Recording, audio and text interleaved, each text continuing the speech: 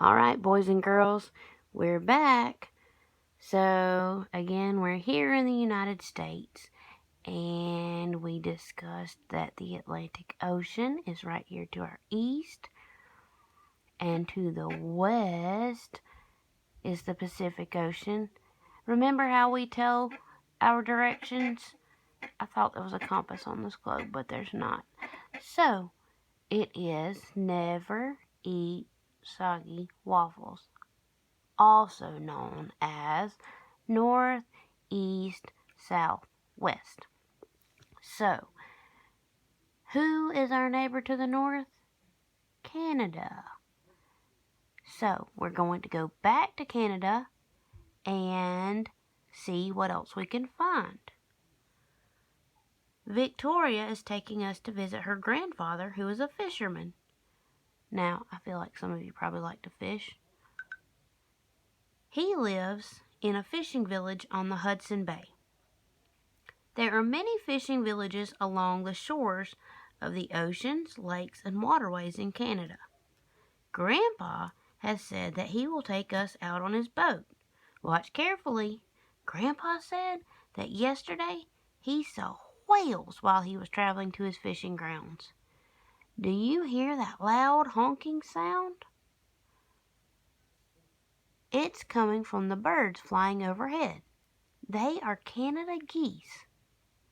Grandpa is excited for us to see the beautiful northern lights called the Aurora Borealis tonight after dark.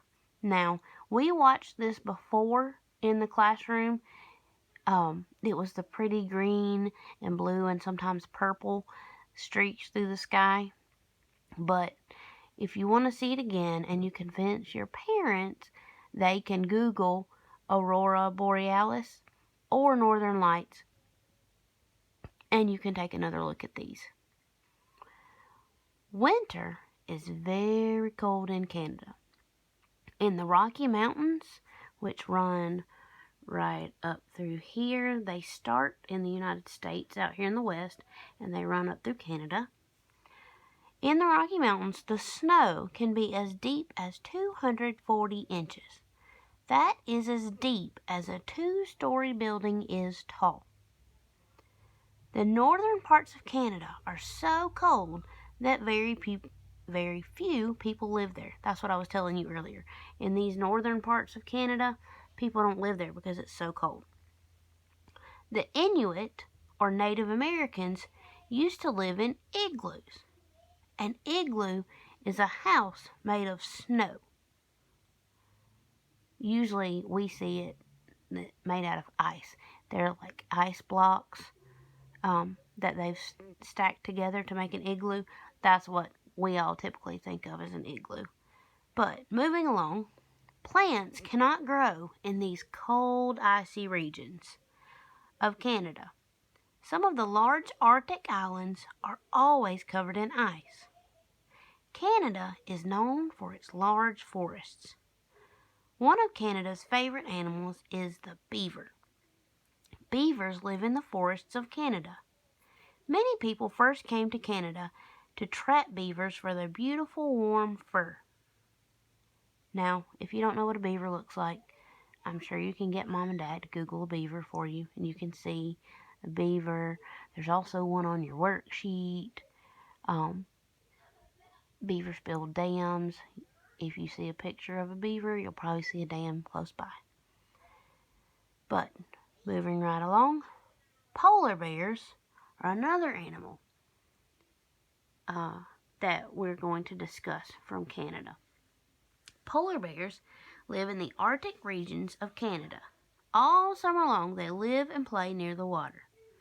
As the weather begins to get colder, they wait for the water to freeze. Then they hunt for seals and fish by walking on the ice. While we are in Canada, we will want to keep a lookout for a very large animal. It's the moose. You may recognize the moose by his antlers. See his antlers? They're different than deer antlers or elk antlers. They're big and wide. God made not the antlers. Their antlers can be 6 feet wide. Now, most of your dads are probably approximately 6 feet tall. So if you can imagine your dad laying down on the ground, from his feet to the top of his head would be how wide a moose's antlers are. Pretty amazing, huh? So God made moose with special hooves that are like snowshoes. They help them walk on top of the deep snow, because it'd be hard if they kept falling down in the snow as they were walking. Their special feet,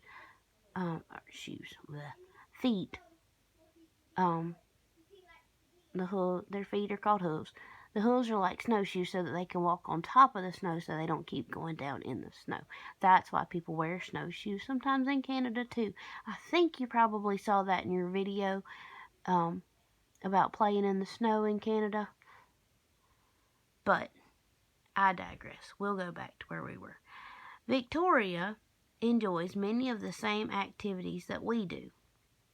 In the spring and summer, the children enjoy being outdoors and playing sports like soccer and football. Lacrosse is the official sport of Canada. Native Americans were the first to play the sport, and when the settlers saw the fun, they began to play the game also. In the winter, when there is snow on the ground, Tori and her friends like to go sledding or snowmobiling. Ice skating and skiing are fun winter sports that many Canadians enjoy. Tonight, Tori and her family are taking us to an ice hockey game. They're playing ice hockey right there. Hockey is a favorite sport in Canada. Canadians were the first to play the game of ice hockey as we know it today. We will cheer loudly for Tori's favorite team each time they score a goal by using their stick to hit the puck into the net. Some of you might have been to see a Swamp Rabbits game at the Well. If you've been, that is ice hockey. So, that's all for this lesson tonight. Let's talk about the comprehension questions. I will send a picture of these to your mom and dad, but if you'll send a video of you answering these, I look forward to seeing you. Alright, number 1. What beautiful lights can be seen shining in the night sky? There's 2 different names for it. One easy name, one name that's a little more difficult. You can give me the easy name. Number 2. What kinds of houses did the Inuit build? What were they made out of? Number 3. What are some of the fun winter activities enjoyed by Canadians? Number 4. Name some animals that you might see while visiting Canada. Alright guys, I look forward to seeing a video from you tonight. And I am excited about seeing your work tomorrow. Make sure you drop your work off, and I will get you a fresh packet of work for Monday. I hope you guys have a great evening. Love you guys. Bye.